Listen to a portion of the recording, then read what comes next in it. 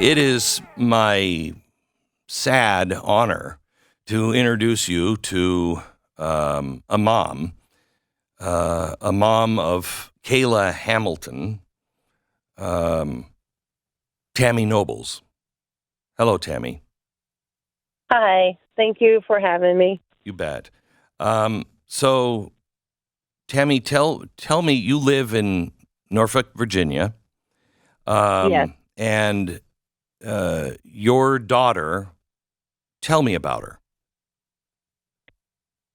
Kayla was born on July 24th, 2002. She was very loving and just so sweet, and she loved animals. She loved to help people. She just loved to laugh and just enjoyed life. The best song that describes Kayla, we actually played at her memorial, was Cyndi Lauper's Girls Just Want to Have Fun. That is all she wanted to do, was have fun. And she had autism.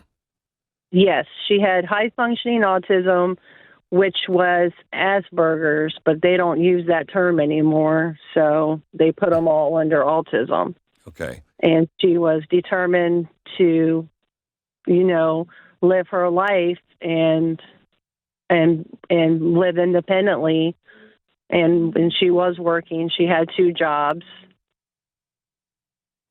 So she was a good girl, and she's living on her own, and she's living in a trailer, right? Yes, they were renting a room in a trailer, Okay. her and her boyfriend, and there was another family that they knew was living there. There was we found out later that there was a illegal immigrant who owned the trailers, and she was renting out rooms. To other illegal aliens. Yes, and to regular, to American citizens also. Right. She did not, I don't know if she knew that he was a minor. She more likely did not check. She did not check his criminal record or anything. She just allowed him to live there.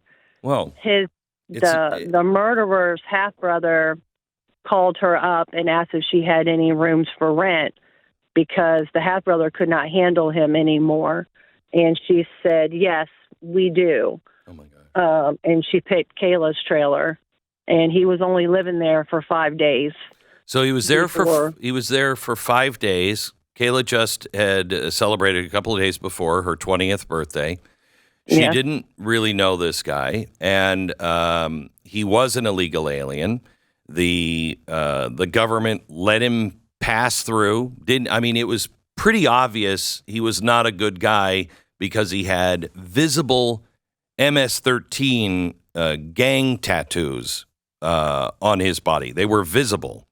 That's the easiest way to find out. But they didn't stop him. In fact, they helped him get to, I think, Maryland or Virginia, and that's when he moved into the trailer. So yes, they did not verify his sponsor. They don't even know who they gave him to. Congressman Jim Jordan did a report. They don't know if it was male, female, dad, aunt, cousin. Jeez. They don't even know who they gave this kid to, and they didn't even follow up because he had problems at the sponsor's home, and then he ended up living with his half-brother and had problems there and ended up living with Kayla. Kayla and her boyfriend did not like him. They felt something was off, and he would smoke pot in the house, and Kayla did not like that. But she never said anything because she didn't want to cause any issues. And they were going to try to look for another place to live. But 5 days, you can't, find stuff Right. that quickly. So tell me, as much as you can, Stan, what happened in July? So July 27th, I just got off from work, thinking it was a normal day. and I get a call from Aberdeen Police Department saying that my daughter was found deceased, consistent with homicide. That was like the worst news that a parent can ever get. She had been strangled. There was a struggle, and they found her on the floor on her bedroom floor. They don't understand why, but her hands were loosely tied in front of her, and he used her iPod charger to strangle her. She just got off the night shift, and she was sleeping. She always kept her bedroom door locked, and he busted in there, broke into her room. I'm sure he scared her because she was sleeping. She calls her boyfriend, and he grabs her iPod charger, and he misses her neck, gets it around her face, and the phone drops and goes to voicemail. And I will never be able to listen to the voicemail. It was 2 minutes and 30 seconds of him strangling her and her struggling. Oh, my gosh. And after he strangles her, he rapes her. And just after she's dead. After she died, yeah, he rapes her. And he robs her of $6. And her phone is missing. We don't even know where her phone is. I don't know what he did with it. And he goes to lunch with his half-brother like nothing happened. He kept creeping around the trailer looking to see if anybody found her. And her boyfriend comes home from work like a normal day and finds her on the floor dead. He uses his teeth to get the cords off. He thinks he could save her, but it's already too late. And the detectives were questioning him and everybody in the trailer, and her boyfriend pointed out the MS-13 gang member and said, "That's our roommate right there." And he's still creeping around. And they didn't have enough to detain him, but they were questioning him, and they did ask ICE if they could hold him until the DNA evidence came back. And ICE just told them, no, we cannot. Oh, my gosh. So guess who gets to have him? Child Protective Services in Maryland. Child Protective Services told the detectives that they were going to put him in a secure location because they knew what he did, that he was a main suspect in a premeditated murder case. And when they went to go arrest him on January 14th, like in the evening, finally they did get enough evidence back that there was DNA evidence. Mm-hmm. And they went to go look for him on January 15th at the, they found out that CPS put him in an unsecured children's home with other children. Oh, my gosh. So they went to go get him at this children's home, and the detectives were like, this is secured. Like, there was no adults around, kids running around. Come to find out, they went to ask if he was there. One of the adults there was like, no, he's gone. And the detectives were like, well, where did he go? They had no clue where he was put.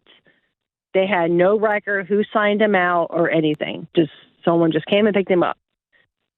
They called his half-brother to tell him that, oh, yeah, we got some property of your brother's. We would like to return to him. And they ended up arresting him at a foster home where CPS put him. Okay, I want to just take a minute to get from there and now to the next part of the story, which is you are suing the Department of Homeland Security because just even asking about the MS-13 tattoo, didn't even happen. And they just let this kid come in recklessly, and he's the reason why your wonderful daughter is no longer here. And I want to talk to you about how this is coming about, and the odds of you winning that, coming up in just a second. Tammy Nobles is with us. She's talking about the loss of her daughter, Kayla, at the hands of a 17-year-old illegal immigrant, gang member, MS-13, and she is now suing the DHS over her daughter's death. Why are you doing that? I mean, I'm sorry to ask you that question. I'm pretty sure I know, but why are you decided to take on the government? I feel that they were responsible in the wrongful death of my daughter. All they had to do was lift up his shirt. They did not. Or make that one phone call to El Salvador to find out that he was a MS-13 gang member. He was on the list as MS-13 gang member, and he had a criminal record in 2020 for illicit gang activity. They did not check, so they didn't lift the shirt. They didn't make the phone call. They didn't even have him go with a verified sponsor, and they just allowed him to go from Texas to Maryland. And I felt like I had a case. I felt like her death could have been prevented if they would have just followed the proper protocols. Yeah. And they didn't. And they failed Kayla, and now I'm without a daughter. I just want to see some change, and I'm hoping for me to bring awareness and to show them that I'm not going to take this lying down. My daughter deserves better. You filed a $100 million lawsuit. You have good lawyers? Yes, I do. He is actually in California. His name is Brian Claypool. He is a civil rights lawyer. And he did research on it. Yeah, I hope he is one of the best in the country. You've got quite a storm ahead of you, but you have a great case. And it is time that somebody stands up. And I think there should be more parents that join you that have lost their children to illegals. I hope that people join you in your effort, because it's way beyond time that this stops. You are trying to raise, I think, $10,000 just to pay for the travel of the meetings with the prosecutor and, the Airbnb for the court case, which they say will take 2 to 3 weeks. I bet it goes on more than that. You've already raised $3,700.